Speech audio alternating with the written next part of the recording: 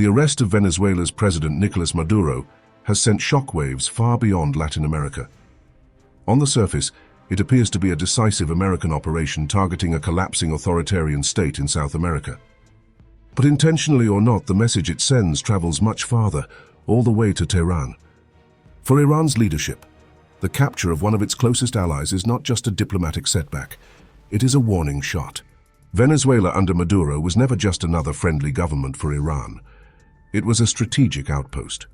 Over the years, Tehran invested deeply in Caracas, economically, militarily, and covertly. Iranian-backed infrastructure in Venezuela reportedly included drone manufacturing facilities, logistical nodes, and Hezbollah-linked training and finance networks. Trade between Iran and Venezuela exceeded nearly $3 billion in 2023 alone, with Tehran supplying petroleum, refining support, and expertise in sanction evasion. Now that entire ecosystem is in jeopardy. The timing makes the shock even sharper. Iran is already grappling with mounting internal unrest, protests driven by a collapsing currency, water shortages, economic stagnation, and a shaken regime image after a short but bruising military confrontation involving the United States and Israel earlier this year.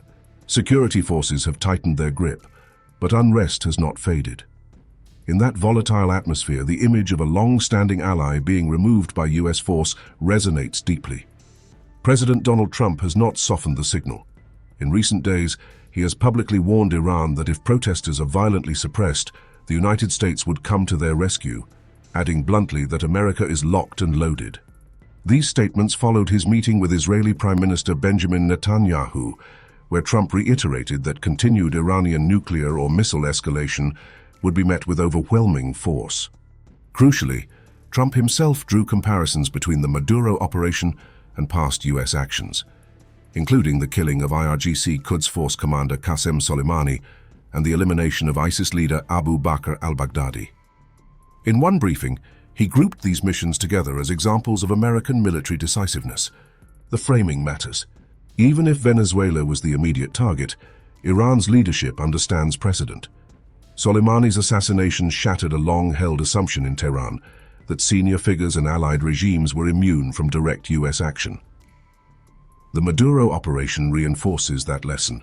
Alliances, geography, and rhetoric no longer guarantee safety. Israeli officials have been explicit in reading the moment as a signal.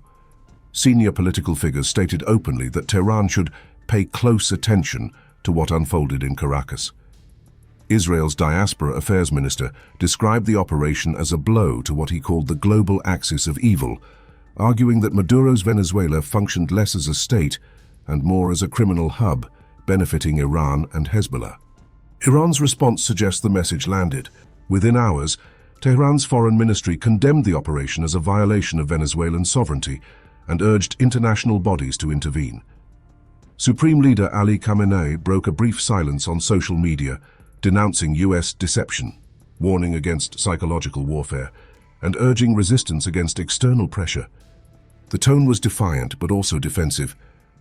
Iranian officials understand that losing Venezuela is not symbolic alone. It disrupts logistics, finances, and strategic depth in the Western Hemisphere.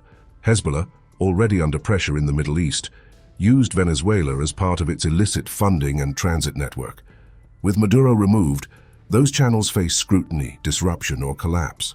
And, unlike rhetoric, economics bite immediately. Iran's economy is fragile. Sanctions, inflation, and social unrest leave little margin for losing overseas investments worth billions. Strategic isolation compounds domestic instability. Whether Washington intended to send a message to Tehran or not is ultimately secondary.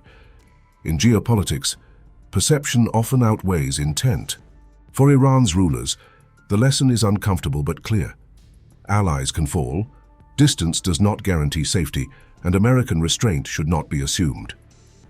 When paired with direct warnings from the White House, coordination with Israel, and recent military action, the Maduro operation reinforces a reality Tehran has tried to deny.